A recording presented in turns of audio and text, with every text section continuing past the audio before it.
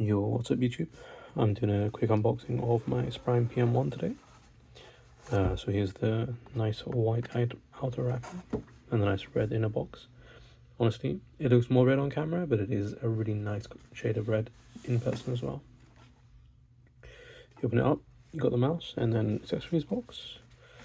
And then a piece of foam, which kind of sucks, but you know, they could have made it a little nicer. So this is the accessories box. And this is the mouse. It will come pre-installed with the smaller feet.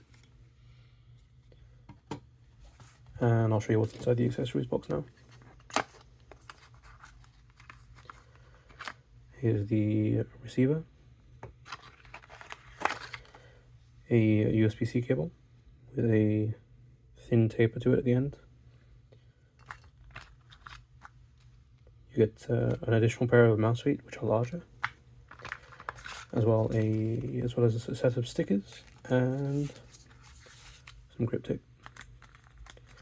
I'll be doing a quick couple-minute review of my channel soon, so stick around for that, and thanks for watching. Bye bye.